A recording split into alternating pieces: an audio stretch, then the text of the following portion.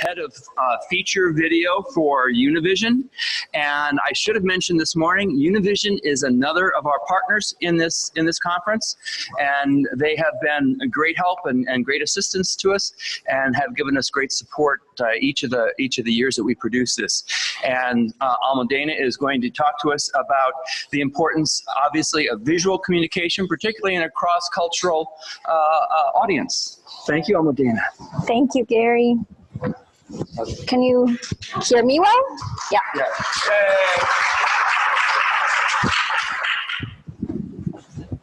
All right.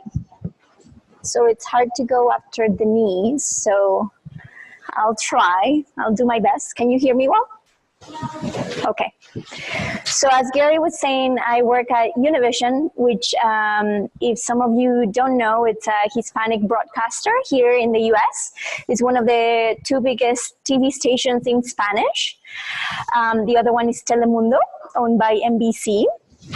And I'm going to be talking, I work for the digital department, not the broadcast department, but I'm going to be talking about what we are doing as a company visually in general, with a specific focus on digital and mobile. And a lot of the things that I'm going to be talking about apply much more to a much larger audience than Latinos. So, and a lot of the content I'm going to show it's in English, so you won't get bored, hopefully. So first of all, I'm going to start talking a little bit about our audience, because it's a little bit different from the audiences of the other outlets that have been here today.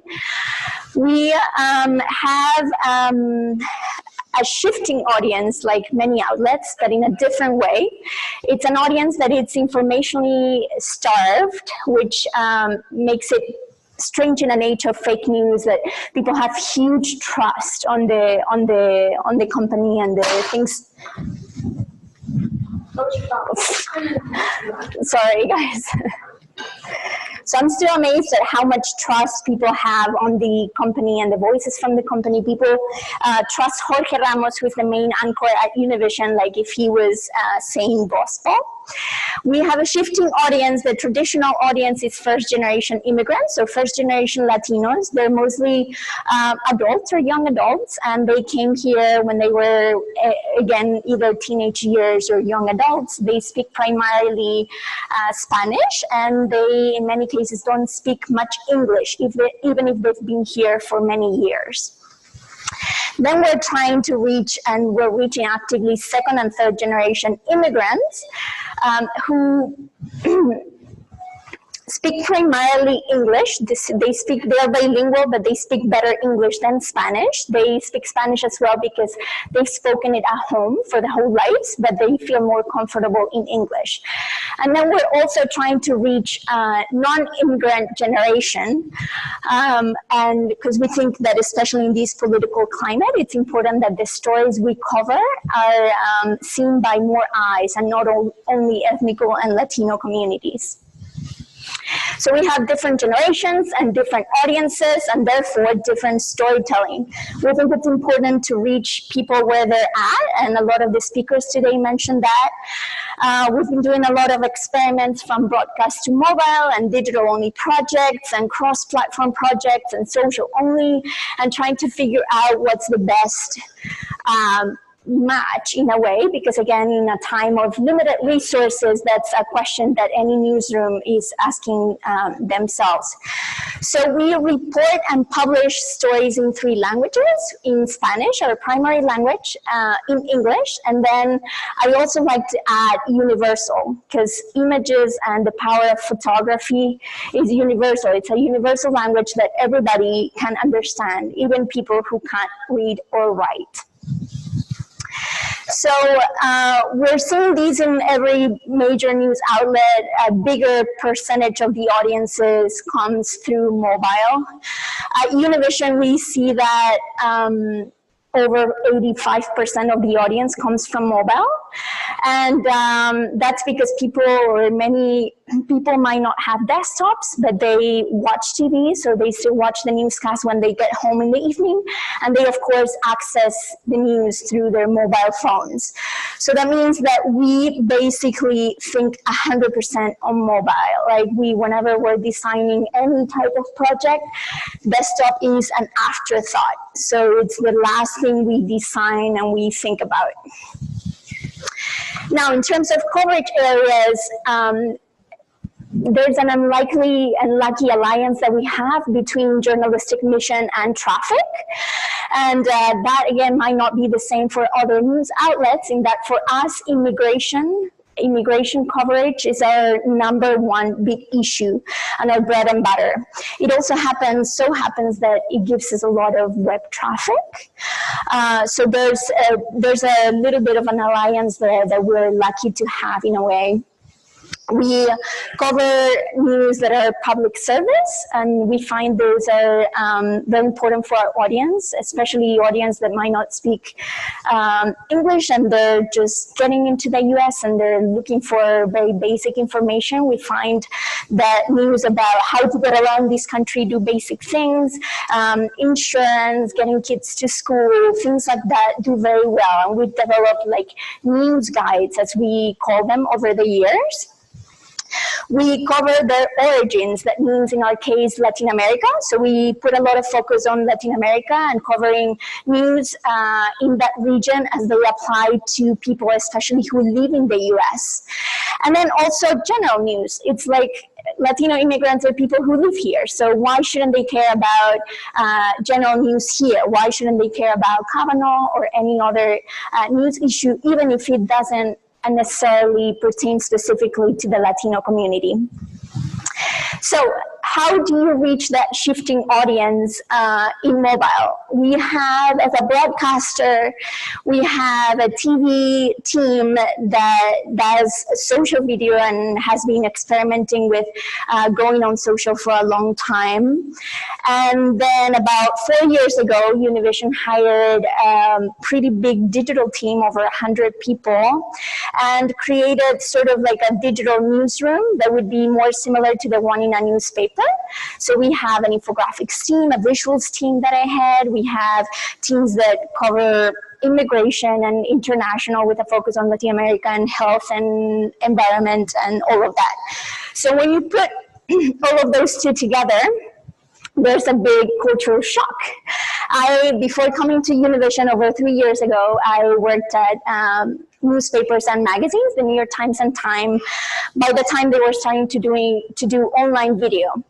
And I saw that first culture shock there, like writers not understanding what video was really about and all of that, and that feels like very old news by now, because that's quite a long time ago.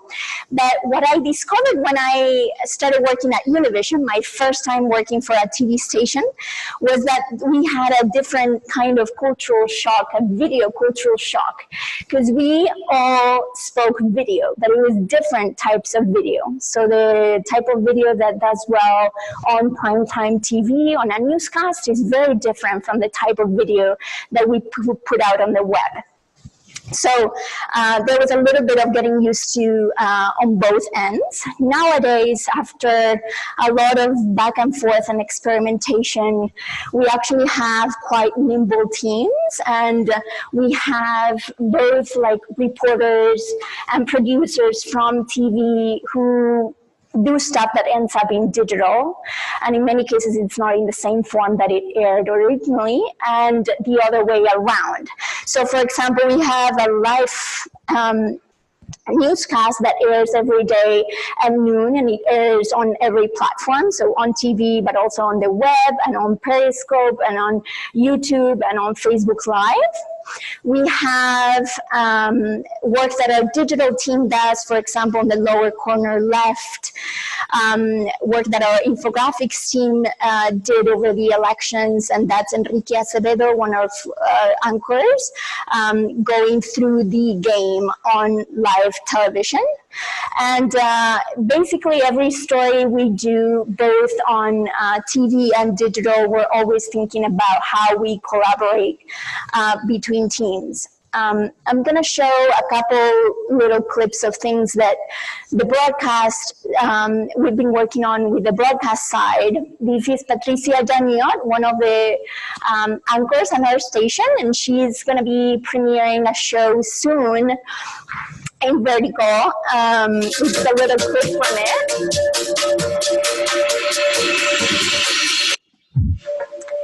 And then you might guys know Jorge Ramos on the upper corner right. He's the most famous anchor at Univision, the one that Donald Trump exposed in the press conference. And this is like the trailer for his Facebook Watch. My story is your story. It's the immigrant story. It's the American story.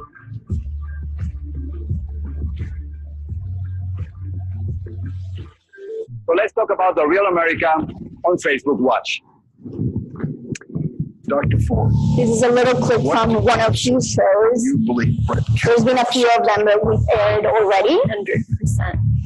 And he's been so excited by experimenting.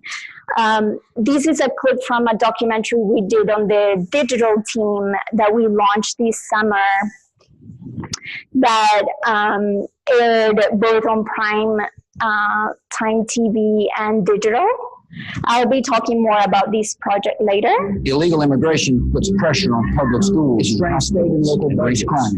It is against the law to hire someone who is in this country illegally. My heart is really breaking. This is an absolutely massive action.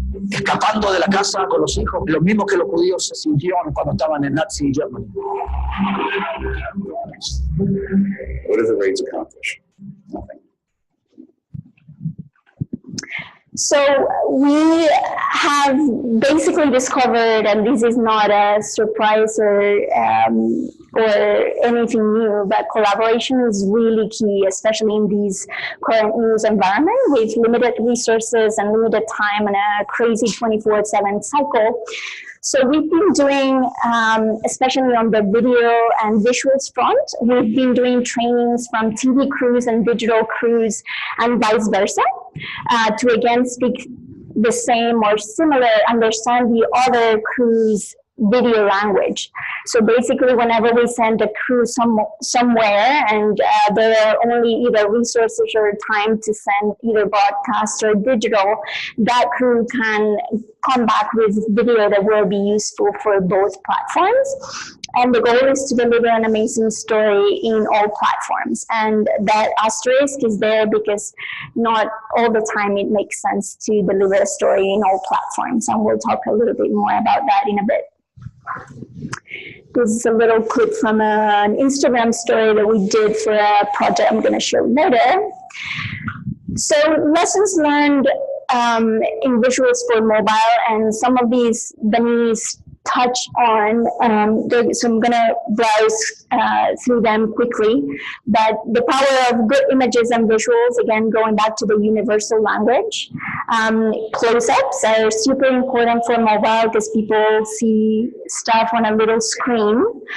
It's about the eye and not the and the moment, and not necessarily the camera. So again, as Denise was saying, just record the moment with whatever you have in your hand. Again, audio is the only caveat that we have to be careful with. Subtitles are a pain, but they're a very necessary one. People watch video on their phones with no audio. So then if you don't have subtitles, you're basically losing a big chunk of the audience. I'm a big proponent of quality and not putting out video just for the sake of putting out video. So quality is definitely key.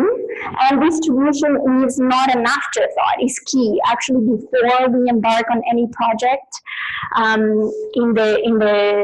in the measure that time allows, we will always ask ourselves, how are we going to distribute this? Like, what is this, who's this for, and where is it going? Especially where you have different audiences and you're trying to reach different audiences, this is a really important question. So welcome to the video hype. Everybody has been hearing, maybe the students who are focusing on video here, everybody has been hearing about how it's like such a good time to be in video, and there's like so many video jobs, and this is all true, but there's also a lot of chaos. Probably a lot of you have heard about all these like newsrooms hiring a lot of video talent and laying off a lot of writers, and then all the way around, then laying off a lot of video people, because video is hard. It takes a lot of resources, and in many cases it doesn't pay off. It's hard to create a strategy that will pay off. So it's up and down and up and down, and between all these like hype and chaos, I always defend again quality and again editorial intention. Why are we doing video? Video is journalism. So why are we telling a specific story in video? Why is it not a text story? Why is it not a photo story? Why is it not any type of other format story? Why are we doing video? And I always advocate for doing video when it makes sense for the story. Now, video storytelling for mobile, same as the other video storytelling in general, is like good visuals will get you far. So 5 things that will work for video and work for video universally, both for mobile and desktop. So simple ideas and concepts. We keep on experimenting with these over and over. One example, for example, is a project we did. We've been doing a lot of reporting on hate against the Latino community. And so at a certain moment, we asked dreamers to record themselves with a phone reading online threats that they had received. So, I mean, it was very quick. I think we put that video around fairly quick in just a day. But it was very powerful, and it resonated a lot with our audiences. Visual evidence. You've heard the expression of an image is worth more than 1,000 words. And sometimes, again, that's the case. This is not a Univision project, but it's a project on albatrosses. And you can see, I mean, you just get what the story is about just by looking at that image. The rare, the curious, the extraordinary. We did a video on an alien festival in Argentina that did really well, and I think it's because people were just curious about it, like what is that about? Then again, going to more produced formats and documentary, some concepts that never get old: action unfolding, drama, tension, surprise, change. We did, when the Orlando shooting happened, we did a documentary that aired about a month after the shooting. We followed 3 survivors for 3 weeks, right after the shooting, starting with the reporters started finding the characters the day that the shooting happened. So they were there covering breaking news, and then they stayed for a longer story. And then we also did another project with those same survivors a year later, and one of them was dead. So it's also the importance of like covering the story, following the story, and change is an important part of any story, also in video. Humor, tenderness, emotion, universal connections, those are amazing for video. I'm going to show, this clip is a little old, but it's one of my favorites. We did a project for the elections where we profiled 9 Latinos and the way they were going to vote. And it was beyond politics. How they were going to vote reflected in like what they cared about and their life.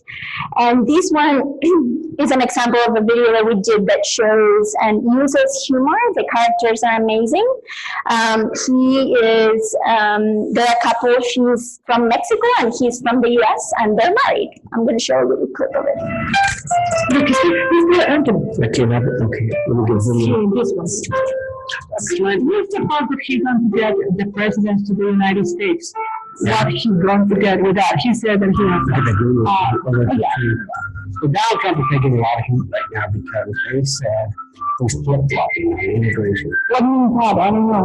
He's changing his mind. So is this a business for him? Get the president to the United States? No. The Islamic is a religion, and we need to respect the religions together. Neither Islamic state can declare war on the United States. But John and Christian, you didn't get to the church. Not all the time. Because you get mad when I go do things without you, that's why. So now doing a thing without the government, but doing the work. So after finding these characters, after finding those characters and doing that little short doc with them, we kept in touch with them, and actually we ended up doing a series on Facebook Live with them, in which we gave them a topic every week, and they discussed it in their home. They recorded themselves with a phone and a little microphone, and then they sent that video over. But precisely because their dynamic was so interesting, their political views were so different, yet they were married and they were making it work in such a historical election. It ended up being very interesting, those conversations. They had one about guns, another one about education, about the military. So that was an important conversation back then. I'm going to show a few more examples divided by format on the type of visual work that we're doing, and also how we're trying to tailor it for mobile and for the different audiences that we have. First of all, going into the basics, photography is the entry point to our site. People click on an article in many cases based on the photo that leads that article. So it's hugely important.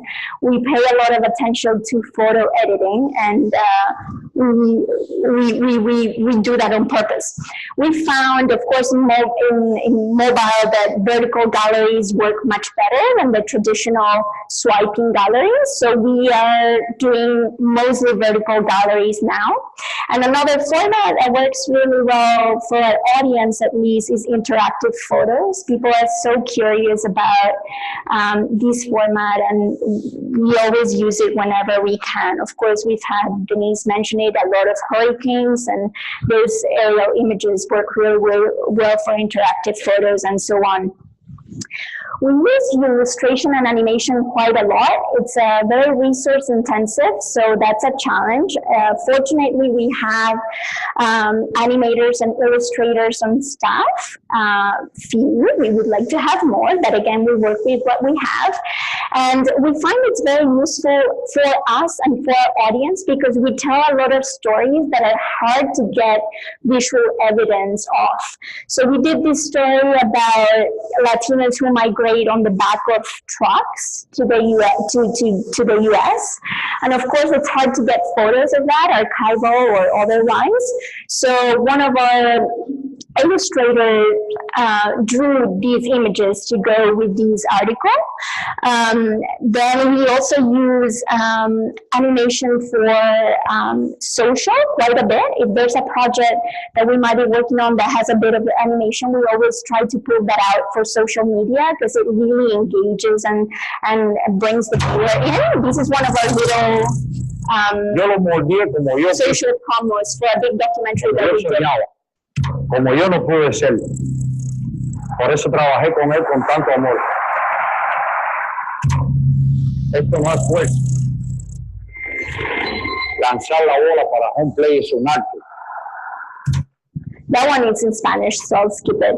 But it was basically an animation on a visual metaphor that one of the characters was mentioning.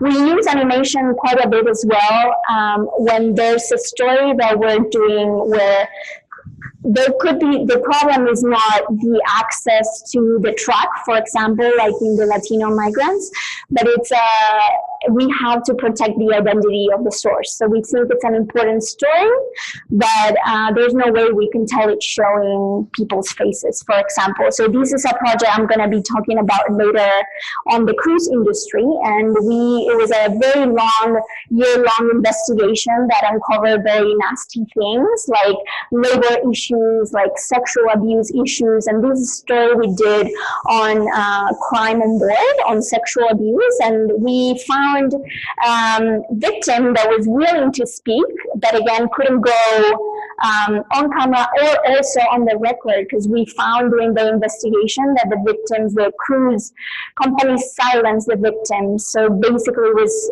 very difficult to find anybody who would like to speak. This one victim could still speak because she had not signed anything with the cruise company, but we had to protect her identity.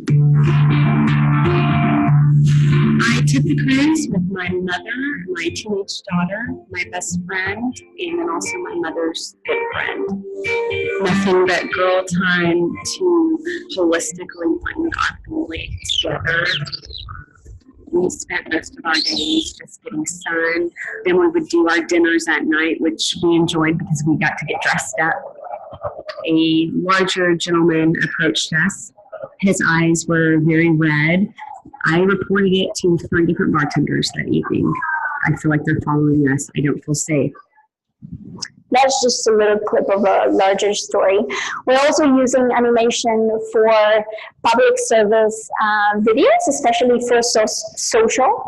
Especially since Trump became president, we found that there was a need within our community to put information out there about very basic rights. So we created this series of videos explaining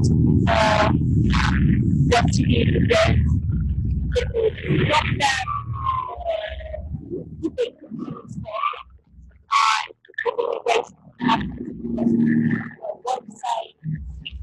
basically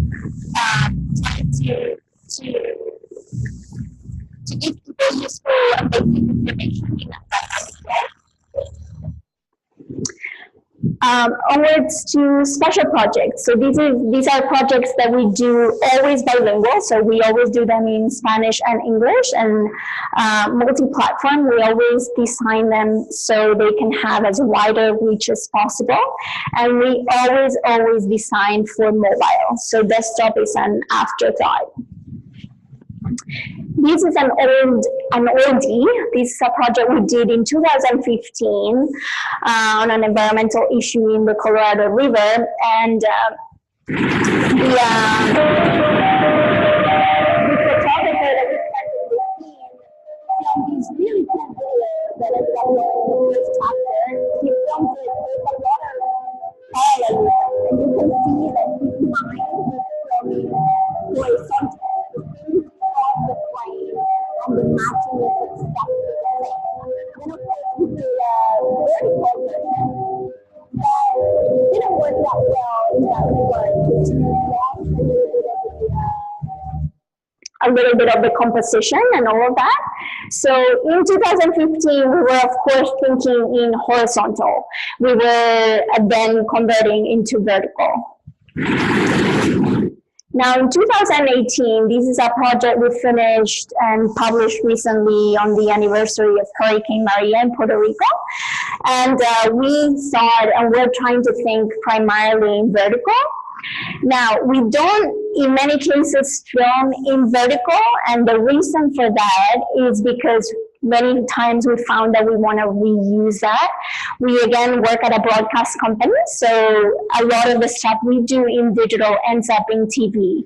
So whenever we tell one of our TV colleagues we only have vertical video, they're like, So many times we film in horizontal, but very much thinking about vertical, even like putting little guides in our visors to keep in mind like the framing and all of that. Yo me levantaba por la mañana y yo decía, Dios mío, otro día más sin tener luz. And this project, which was like a storytelling type project, was primarily video, all vertical. De la tecnología, de energía para mover el equipo. And we used animation on selected parts as well.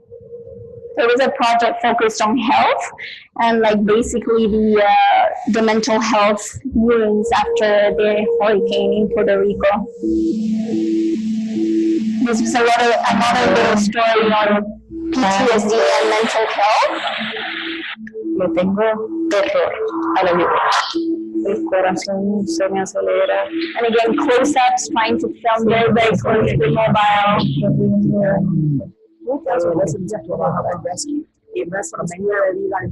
Skip because I have a bit more to go through. Now, the previous, I wanted to show this project. This was a project we did a year before surviving Maria. So this was after Irma and Maria, and we sent 3 people. It was a pretty expensive project. We sent 3 people to tour 8 islands and Florida after the damage of the hurricanes and finding stories, solution-oriented stories in these places. Now, in this project, which we did a big focus on drone, for example, we did send the third person that we send. We normally send a writer and a photographer and filmmaker who can do both. And in this project, we sent a third person specifically for Instagram stories. So that person was doing a lot of vertical stuff. And the stories actually did really well with our audience. I'm just going to show a couple clips, but there's of course much more. This is in Barbuda with text on screen. These ones we did mostly in Spanish. This is a project we did last year. It was one of the most extensive projects we've done. It's very relevant today with everything that's happening immigration-wise. It was a project on Central American refugees. And we partnered with a newsroom in El Salvador called El Faro. And we basically put both of our talents together, which is something that I advocate very strongly for. So they are amazing reporters who know the gang violence in Central America really well. They're narrative writers. They write really long texts. And we have a stronger visual team. They only have more traditional photographers. So we put both of our talents together. There was ended up being like books and audio books and photos and videos of different formats like explainers and animations and documentaries. And we put a big focus on design. So this is something we did design-wise, for example, because the writers were mostly from El Salvador, and the stories were from Central America. There was a lot of slang, so words that the audience could click on and they could get the meaning, and we did this to translate that idea visually. We did Instagram stories explaining the meaning of different words. This is just a little call to the project. And this is interesting. So for us, we publish in both languages. So it's always fascinating to me in terms of traffic to see how sometimes, mostly we get better traffic in Spanish because our audience is mostly in Spanish. But sometimes it's the other way around. So it's interesting. In this case, for example, this is a video that we did for the project. And in Spanish, YouTube, over 1 million views. In English, of course, very little. Now, we recently did a project where it was reverse. And I was like, wow. This is the project where it did reverse, actually. This is a documentary we launched recently on a very big raid, one of the biggest immigration raids in U.S. history, which happened 10 years ago in Postville, Iowa. And we decided to do this project just knowing that Trump was going to put a lot of focus on immigration enforcement in work sites. And it eventually got more timely and more timely as there were big raids. Actually, some of them were in Nebraska, just a few hours from here. If there are students here, you should follow up with that. But something we've been doing with projects, especially things that we put a lot of resources and time on, because again, they're scarce. So this is a 42-minute documentary, like for the web. Of course, it ran on TV as well. But so we really wanted to do it to distribute as widely as possible. So we partnered with as many newsrooms as we could.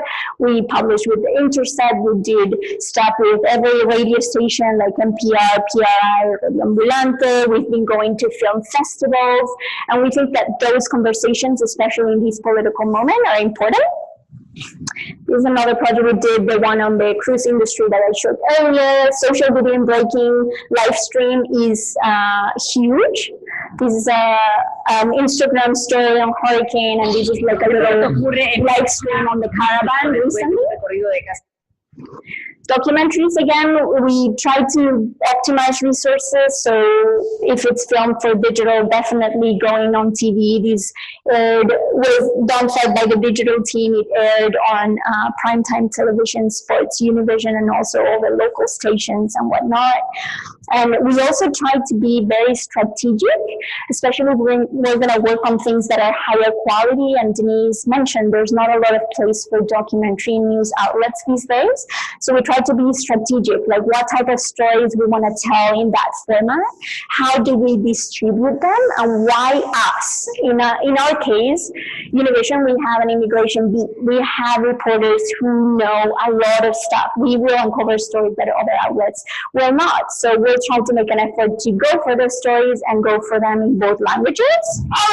So this is what we did recently inside the Border Patrol Academy.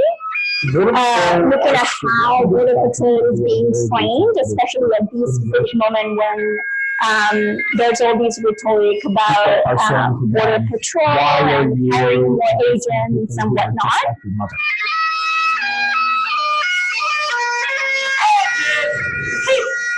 The percentage of Latinos in the United States Border Patrol is about 50%.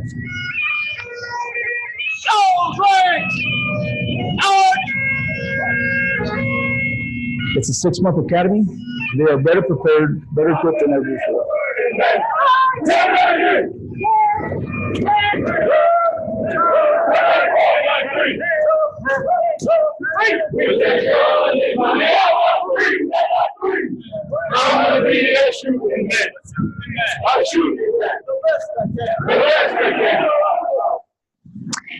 And then Denise mentioned these earlier. I thought it was funny to mention. It's a project we did when Donald Trump was inaugurated, and we did a series of 360 following the cases of several undocumented immigrants that were under most danger of deportation under Trump. So sort of like a documentary series, but exclusively. I'm from here. I'm not from Colombia because I grew up here. And we wanted to do it 360 because we wanted to take advantage of the empathy component of 360 and put people in undocumented immigrant shoes in a way. Then we've also done some experimenting with graphics over 360. Honestly, we're not doing much reviews right now, but this is a video we did in the border. Aquí en San Diego es bien diferente a todo el resto de la frontera.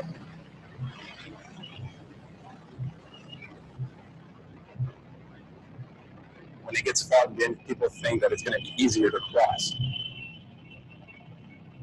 There's like little graphics. We tried to experiment a little bit with explainers in 360 for some time. But then again, you always have to question, why are you doing 360? Again, why would it serve the story better? Immersion, first of all, like feeling like I'm in the video, like having a reason to feel like you're in the video, like it makes sense for this story, taking you wherever you can't go. Empathy as an empathy vehicle. The 360 project we did with deportation was very much in this line. And then with 360, I think it's interesting to think about how it changes so much of the visual narrative and how we think about shots and frames and privacy and ethical implications. In film and video, we always say the shots, the sequences, and the scenes are like the words and the sentences and the paragraphs for texts. So in 360, what is that? It's a question that's still up in the air. Now, how do you frame when everything is in the frame, the need to hide yourself, rethinking the language and the relationship to the subjects and the audience, and then also, again, ethical implications, both in terms of privacy, in terms of protecting sources and whatnot. And then in terms of infographics, we have an infographics team that works very much on breaking news, does some future projects as well. So these are just a few of the examples of things that have worked on. Explainer type pieces work really, really well for our audience. And I think I got a little bit over my time. I'll take any questions.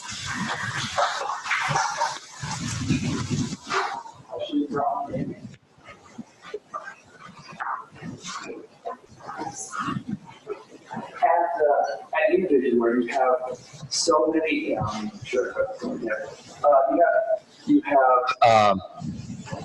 you're doing video and television, you're doing mobile, you're doing it in Spanish and English. How do you hire?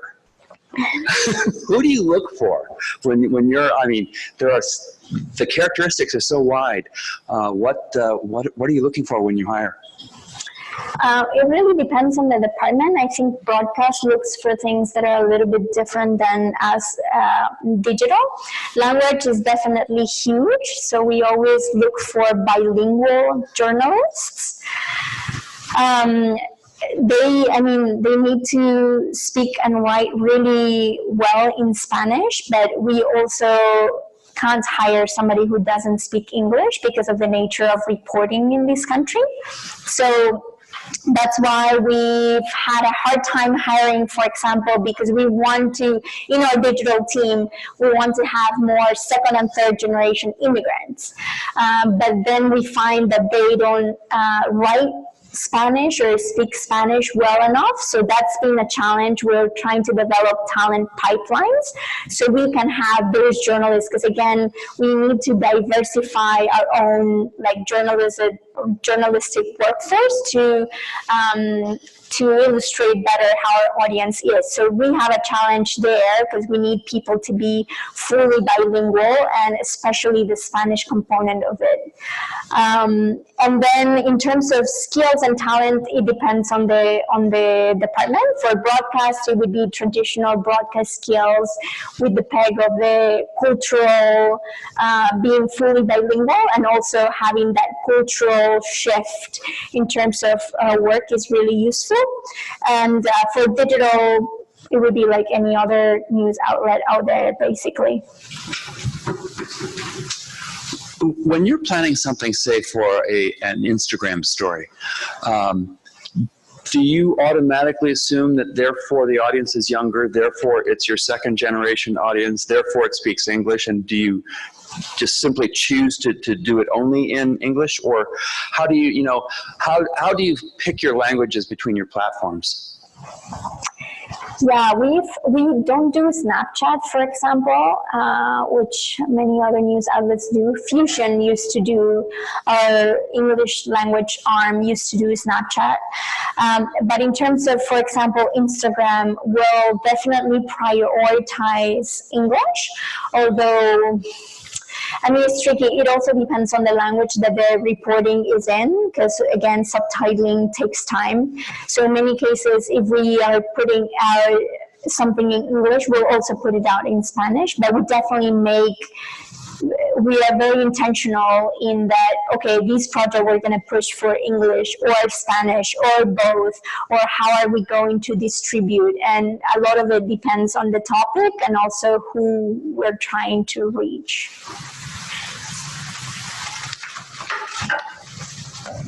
Hi.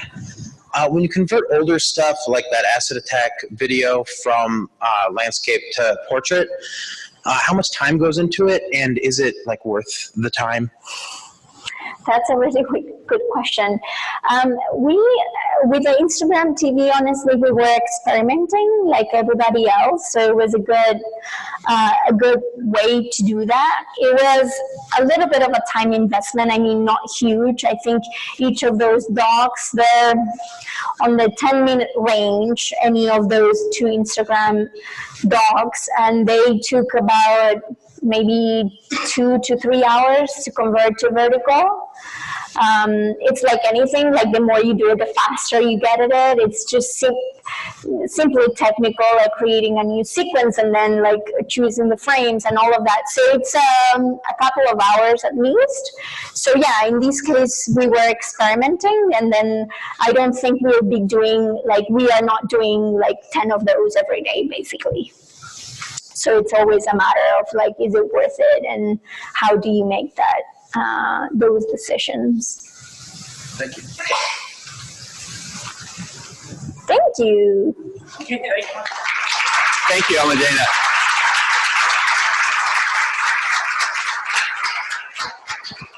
Yeah, right, we're going to move into then our last talk of the day from Emily Murtaugh, who is going to talk about 5G and how 5G is going to change the way we watch. And then after that, we have a reception at the Sheldon Art Museum. It's about 2 blocks from here. Our students will lead anyone who's not familiar with where that is. Our students will lead you to the Sheldon, and we have some delightful